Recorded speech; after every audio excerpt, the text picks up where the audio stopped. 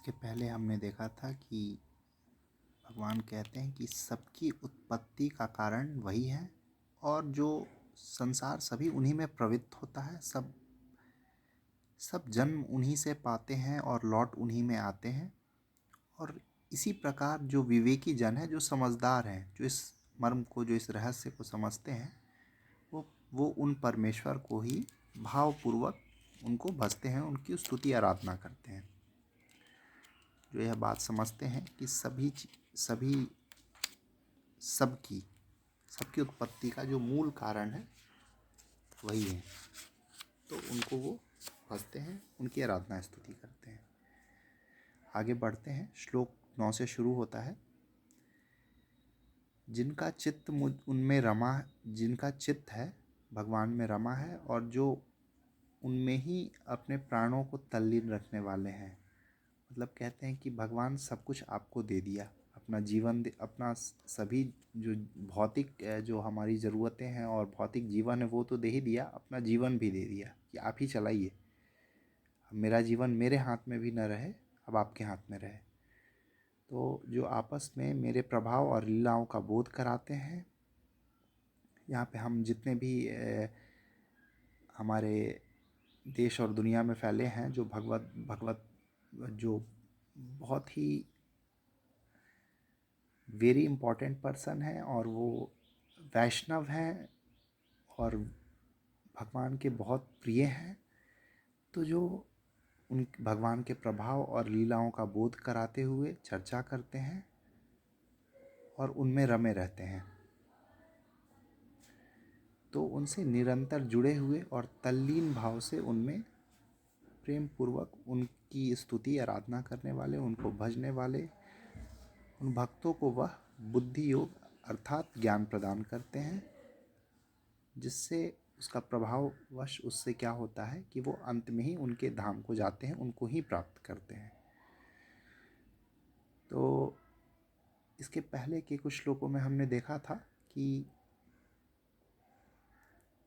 जो जैसा अभ्यास करता है वो वैसा अंत गति में वो वैसा ही उसे स्मरण होता है।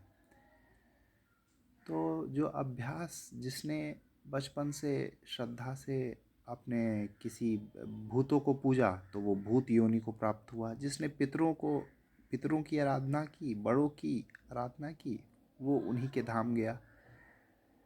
जिसने किसी भौतिक जड़ पदार्थ को बहुत लगाया तो वो उन्हीं के पास गया, वो जड़ पदार्थ ऐसा वृक्ष योनि को प्राप्त हुआ।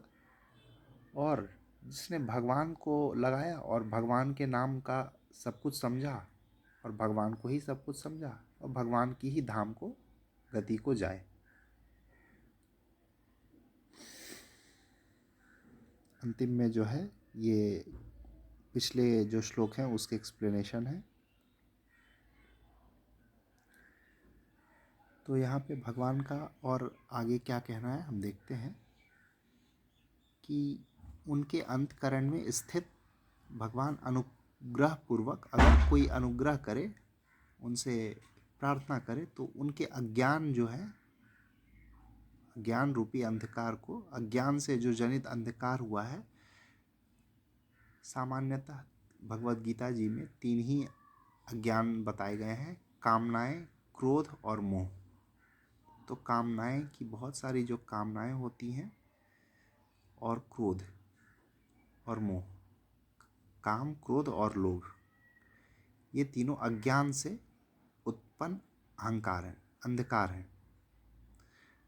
तो इसको प्रकाशमय ज्ञान दीप के द्वारा भस्म कर देते हैं। मतलब जब ज्ञान का उदय होता है, भगवान जब भक्ति भाव से उनको कोई भजते हैं और एक भगवान की शक्ति का उदय होता है, प्रकाश का उदय जब होता है अपने अंतर मन में, अंतकरण में और अपने शरीर जो अपने अंतरात्मा में, तो उस ज्ञान दीप से वो अज्ञान जनित अंधकार भस्म हो जाता है। आगे अर्जुन पूछते हैं कि आप परब्रह्म, परमेश्वर, परम धाम और परम पवित्र भी हैं। आप सनातन दिव्य पुरुष हैं, देवों की भी आदिदेव, अजन्मा और सर्वव्यापी हैं, ऐसा समस्त ऋषिगण कहते हैं।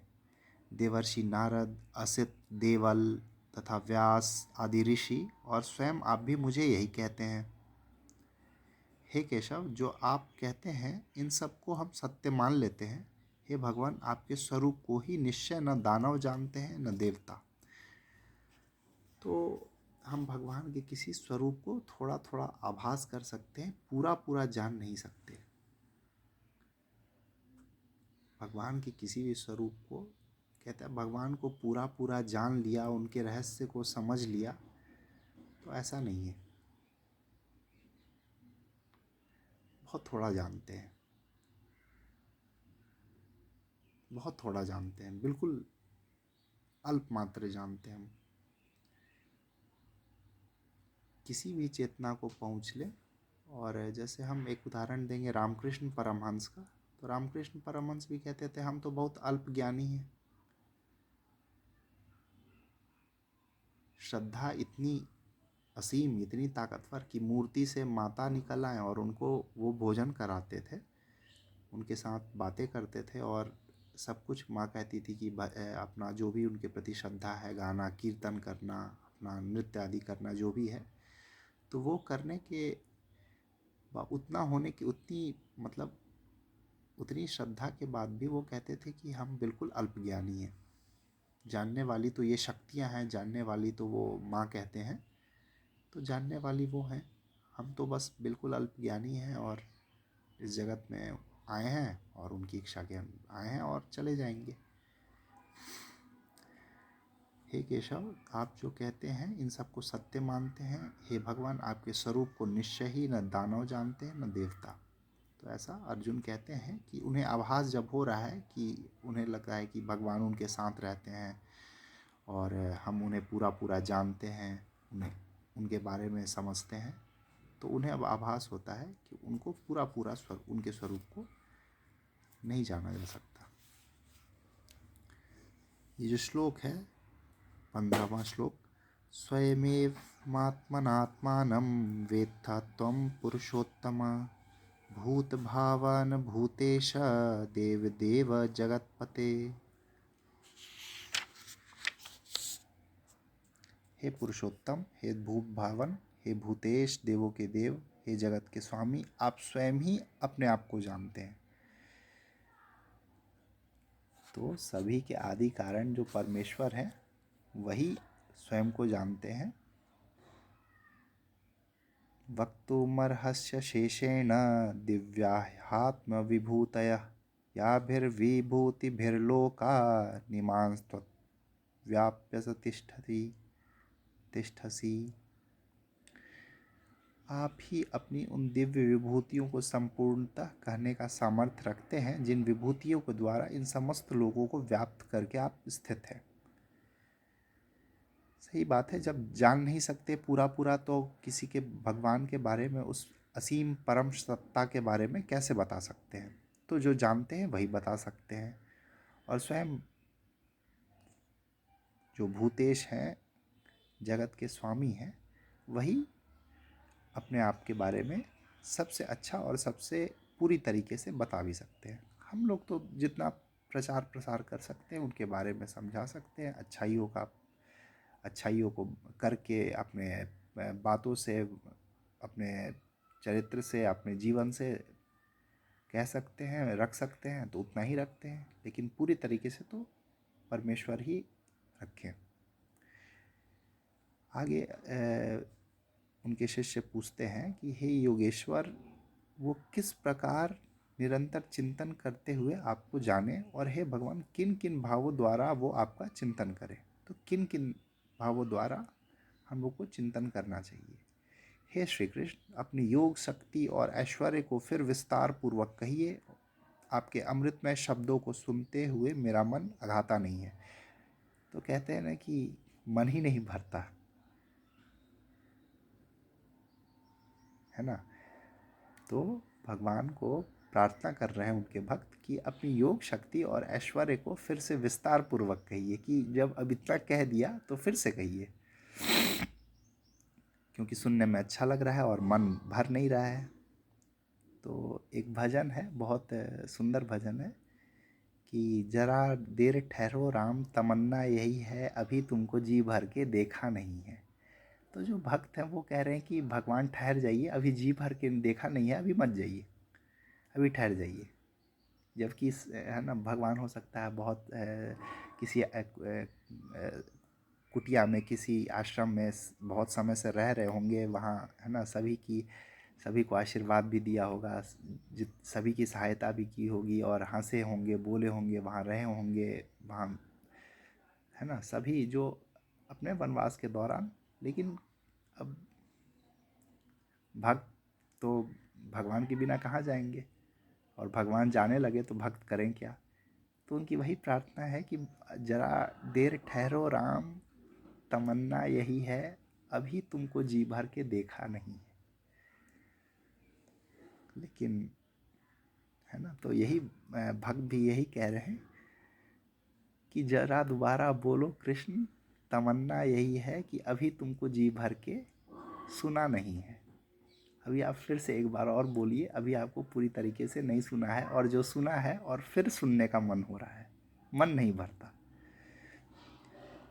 लीजिए, भगवान आगे इच्छा पूरी कर रहे हैं। भगवान उवाच है, श्री भगवान उवाच, श्री भगवान बोलते हैं, हन्तते कथयिष्यामि दिव्या ह्यात्मविभूतयः, प्राधान्यतः कुरु श्रेष्ठ, नासत्यन्तो विस्तरस्य मे। जो भगवान की विभूतियां हैं उनमें से कुछ प्रधान विभूतियों को कहेंगे, क्योंकि भगवान के विस्तार का अंत नहीं है और समय सीमित है। समय का भी ध्यान रखना होता है, टाइम एलिमेंट जो टाइम पैराडाइम है उसका भी भगवान को ध्यान रखना है। तो क्योंकि अनंत है, और हरि क्योंकि अनंत है तो हरि की कथा भी अनंत हो जाती है। तो इसीलिए उनके लिए जो कुछ प्रधान विभूतियां हैं उनको कह देते हैं समझने के लिए। क्या भगवान की विभूतियां हैं, अब उनका वर्णन है, अच्छा लगेगा, सुनिएगा। अहमात्मा गुडाकेश सर्वभूतायश स्थितः, अहमादिश्च मध्यम च भूतानामन्त एव च,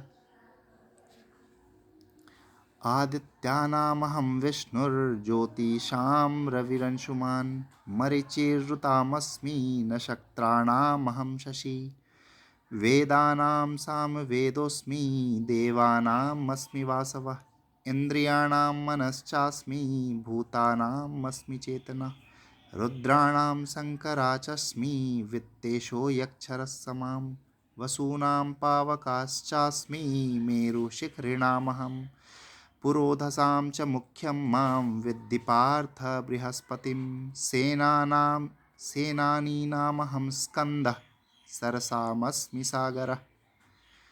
तो भगवान कहते हैं, सब जीवों के हृदय में स्थित आत्मा हूँ तथा सभी जीवों का आदि मध्य और अंत भी मैं ही हूँ।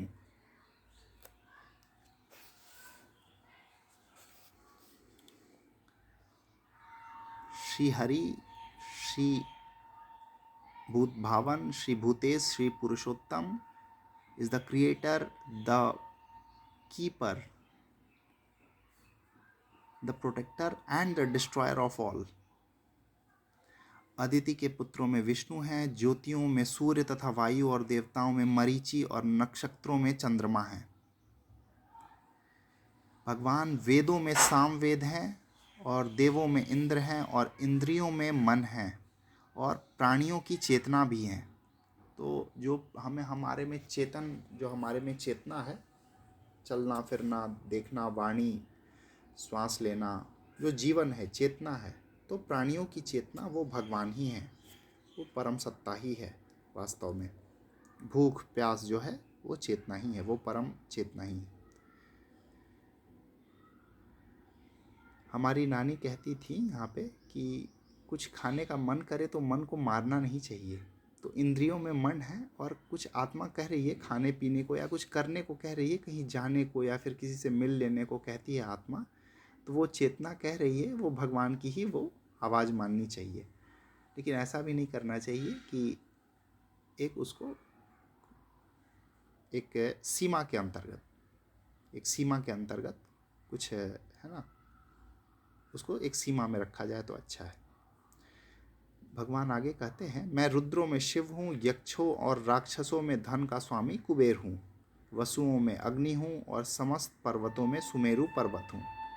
समस्त पुरोहितों का मुखिया बृहस्पति मुझको जानो, हे पार्थ मैं सेनापतियों में कार्तिकेय और जलाशयों में समुद्र हूँ।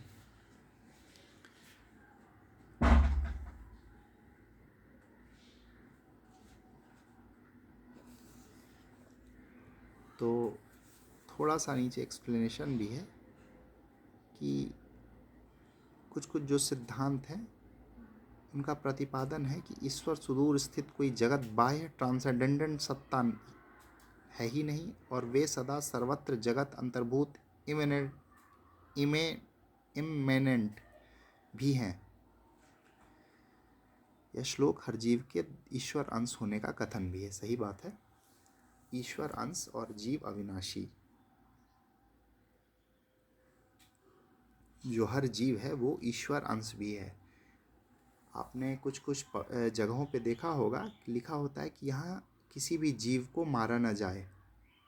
यहाँ किसी भी जीव, ध्यान से आप खास करके मंदिरों में देखे होंगे या किसी पवित्र स्थानों पे गुरुद्वारों में देखे होंगे कि वहाँ किसी भी जीव को ये आप किसी भी तरीके से क्षति पहुँचाएंगे, चोट पहुँचाएंगे, तो वहाँ पे आप शायद आपको कुछ थोड़ी, आपको मतलब छोड़ी नहीं, आपको बहुत कड़वी झिड़की लग जाए, कड़वी सुनना पड़ जाए, क्योंकि वहाँ के लोग जानते हैं, वहाँ जो रहते हैं, कि हर जीवों में ईश्वर का वास है। तो यदि मनुष्य हैं और यदि ताकत है तो चाहिए ये कि उस मक्खी का भी ध्यान रखिए, उस चींटी का भी ध्यान रखिए, और उस भंवरे का भी ध्यान रखिए, और उस छोटे छोटे जीवों का भी ध्यान रखिए, उस छोटी छोटी चींटियों का भी ध्यान रखिए, और उन पक्षियों का भी ध्यान रखिए जो उस मंदिर में या उस गुरुद्वारों में या किसी भी ईश्वर के इस समस्त चराचर जगत में हैं, क्योंकि वो ईश्वर के ही स्वरूप हैं और उनमें ईश्वर का ही वास है, उसमें उन परम सत्ता का ही वास है। उनको कुचलना, उनको प्रताड़ित करना, ये ईश्वर को कहाँ से पसंद आएगा, ये सोचने और समझने वाली बात है। आगे है कि भगवान विष्णु किसी के भी पुत्र नहीं हैं, वे स्वयंभू हैं। अदिति के पुत्र वामन थे, अदिति के पुत्र वामन थे, उन्हीं को भगवान विष्णु का अवतार होने के कारण यहाँ श्री कृष्ण द्वारा विष्णु कहा गया है। ऋग्वेद को सामान्यतः मुखवेद मानने की परंपरा है। हाँ, सही बात है कि एक जो मान्यता है कि वो ऋग्वेद ही सबसे प्रधान है, मुख्य है। फिर भी भगवान अपने को सामवेद इसीलिए कहते हैं। यहाँ पे थोड़ा सा एक समझने वाली बात है, यहाँ किसी पे आप माने तो ठीक, ना माने तो कोई बात नहीं। एक तो सामवेद ऋग्वेद से लिए गए मंत्रों पर ही आधारित है, दूसरी ओर वह गाने योग्य भी है, भजने योग्य भी है। और ये जो अध्याय है भक्ति का सत्व है, ईश्वर का ऐश्वर्य और भक्ति। तो ईश्वर और मतलब ईश्वर की विराट सत्ता और ईश्वर के प्रति भक्ति, तो वो गाने योग्य है, मतलब भक्ति करने योग्य है, उसको गाया जा सकता है। यह 10वां अध्याय मुख्य रूप से भक्ति परक अध्याय है, गाने वाला अध्याय है, और भक्ति में गान युक्त स्तुति का महत्वपूर्ण स्थान है। इसीलिए हो सकता है, संभावना है कि भगवान ने जो सामवेद है उसे ही, मतलब अपने अगर वेदों में कहा है तो अपने को सामवेद का स्थान दिया है। सभी को आगे देख लेते हैं, क्योंकि थोड़ा अच्छा लग रहा है, एक थोड़ा सा आगे बढ़ा जा सकता है। महर्षीणां भृगुरहं गिरामस्मेयमक्षरं यज्ञानां जपयज्ञोऽस्मि स्थावराणां हिमालयः अश्वत्थः सर्ववृक्षाणां देवर्षीणां च नारदः गन्धर्वाणां चित्ररथः सिद्धानां कपिलो मुनिः उच्चैः श्रवसा पश्वानां विद्धि मामृतोद्भवम् ऐरावतं गजेन्द्राणां नराणां च नराधिपत् आयुधनामाहं वज्रं धेनूनामस्मि कामधुक् प्रजनाश्चास्मि कन्दर्पः सर्पाणामस्मि वासुकिः अनन्तश्चास्मि नागानां वरुणो यादसामहम् पितॄणामर्यमा चास्मि यमः संयतात्ममम् प्रह्लादाश्चास्मि दैत्यानां कलयतामहं मृगाणां च मृगेन्द्रोऽहं वैनैतयश्च पक्षिणां पवनः पवतामस्मि रामः शस्त्रभृतामहं झषाणां मकरश्चास्मि स्रोतसामस्मि जाह्नवी सर्गाणां मादिरन्तश्च मध्यं चैवाहमर्जुनम् अध्यात्मविद्या विद्यानां वादः प्रवदात्महम्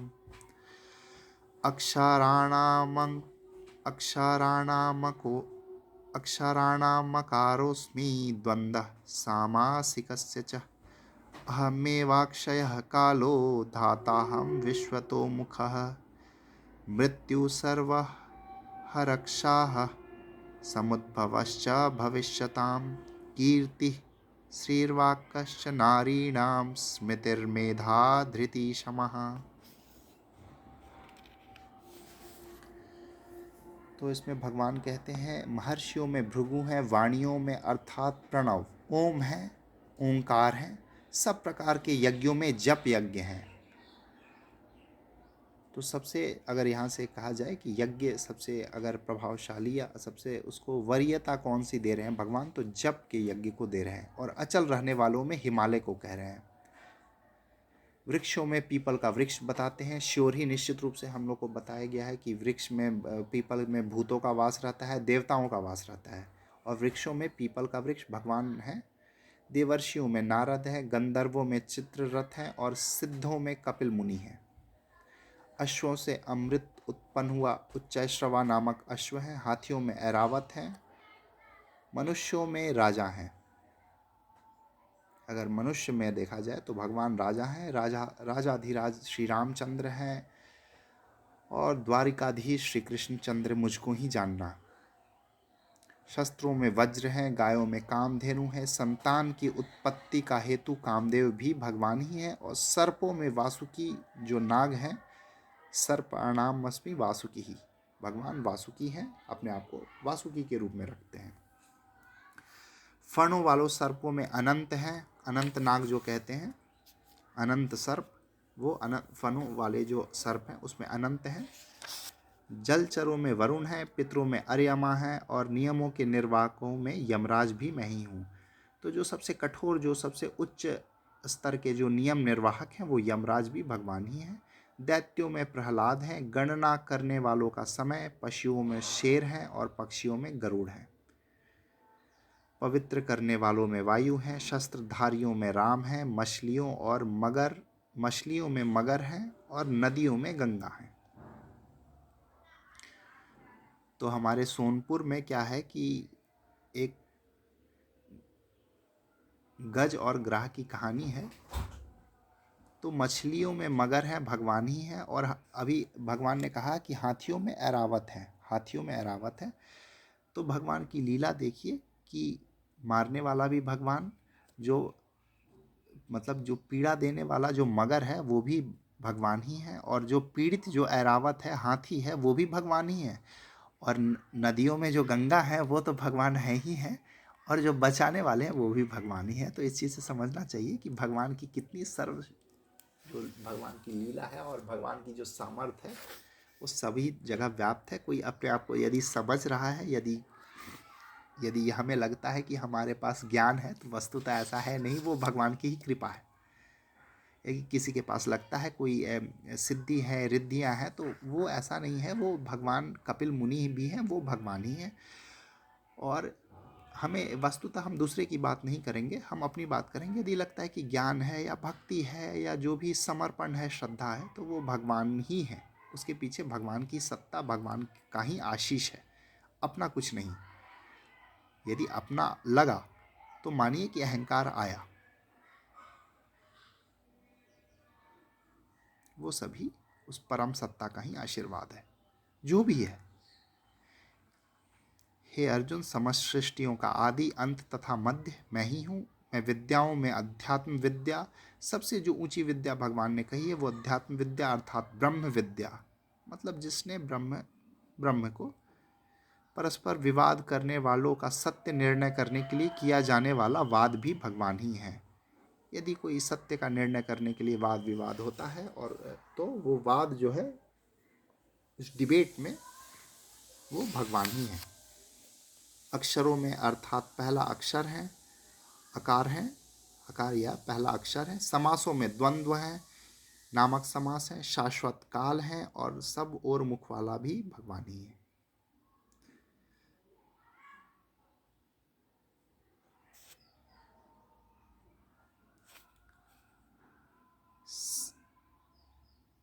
मृत्यु सर्वाक्षरा समुद्भवश्च भविष्यतां कीर्ति श्रीर्वाकश्च नारीणां स्मृतिर्मेधा धृति क्षमा। सबका भक्षण करने वाली मृत्यु और भविष्य में होने वालों की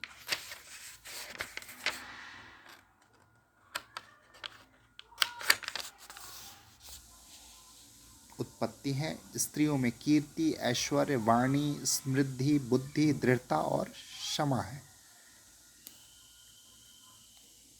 और ऊपर जो लिखा हुआ है ज्योतिषाम रविरंशुमान, ज्योतियों में भगवान सूर्य है। सामवेद के गीतों में बृहत समाम, छंदों में गायत्री छंद, जो छंदों में सर्व से ऊपर है तो वो गायत्री छंद है। और बड़ी अभी अच्छा लग रहा है कि उसी परिवार से है, तो वो भी कहीं होना भी कृपा है। ऐसा है ना कि है तो नहीं, कृपा है। महीनों में मार्गशीर्ष है और समस्त ऋतुओं में वसंत है। बृहत्साम तथा सामानाम गायत्री छंदसामहम मासानां मार्गशीर्षो अमृतूनां कुसुमाकर द्यूतं शलयतामस्मि तेजस्तेजस्विनामहं जयोस्मि व्यवसायोस्मि सत्वं सत्ववतामहं। समस्त छलियों में जुआ है। यदि किसी शकुनी को लगता है या किसी की दुर्बुद्धि को लगता है कि उसकी बुद्धि है या उसका छल है, तो उसकी कहीं गलत फहमी ना हो जाए। यदि किसी को लगता है कि किसी की चतुराई है,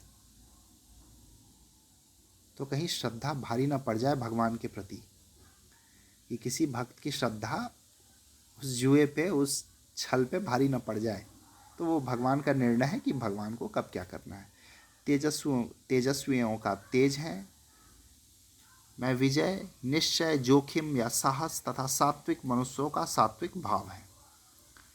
तो जो निश्चय है या जो जोखिम या साहस कर रहा तथा जो कहते हैं कि हम सात्विक मनुष्य हैं, तो उनका जो सात्विक भाव है, जो श्रद्धा है सात्विकता के प्रति, सत्व के प्रति, वो सभी भगवान ही हैं।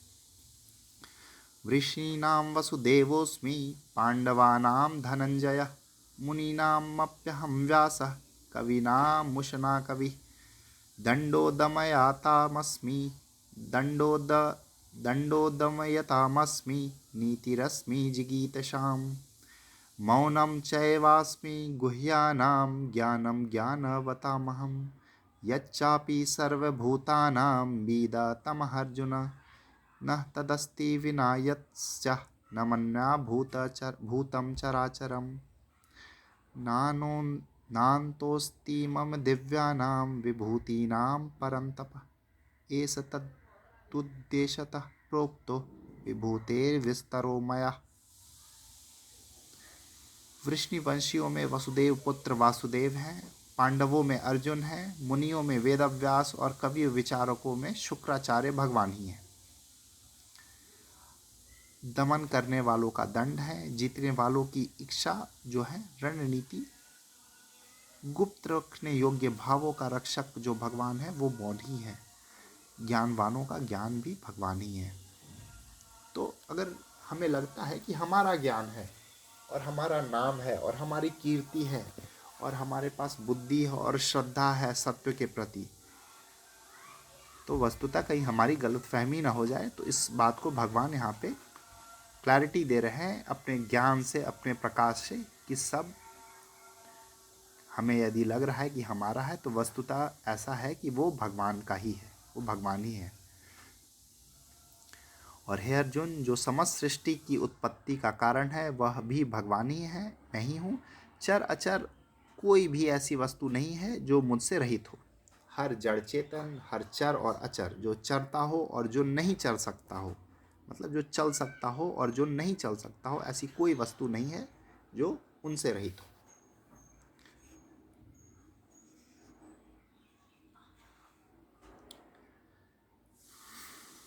अपने अपने क्षेत्र की सर्वश्रेष्ठ वस्तुएं और व्यक्ति रहे हैं, फिर भी उन्होंने जुआ जैसी एक अश्रेष्ठ और बुरी वस्तु की तुलना अपने से क्यों की? इस अध्याय में भगवान ने 68 वस्तुओं और व्यक्तियों से अपनी तुलना की है और उनमें से सिर्फ जुआ ही एक बुरी चीज मानी जाएगी। ईश्वर की सृष्टि में कुछ इसी प्रकार का अनुपात अच्छाई और बुराई के बीच होता है। अपने आसपास देखकर विचार करने से यह स्पष्ट हो जाएगा।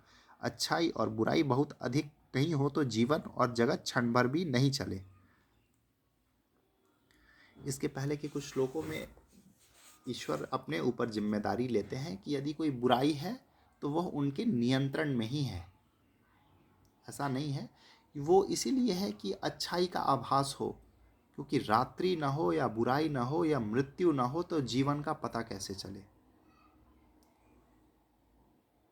यदि कोई इस जगत से, ईश्वर के जगत से रिटायर होके न जाए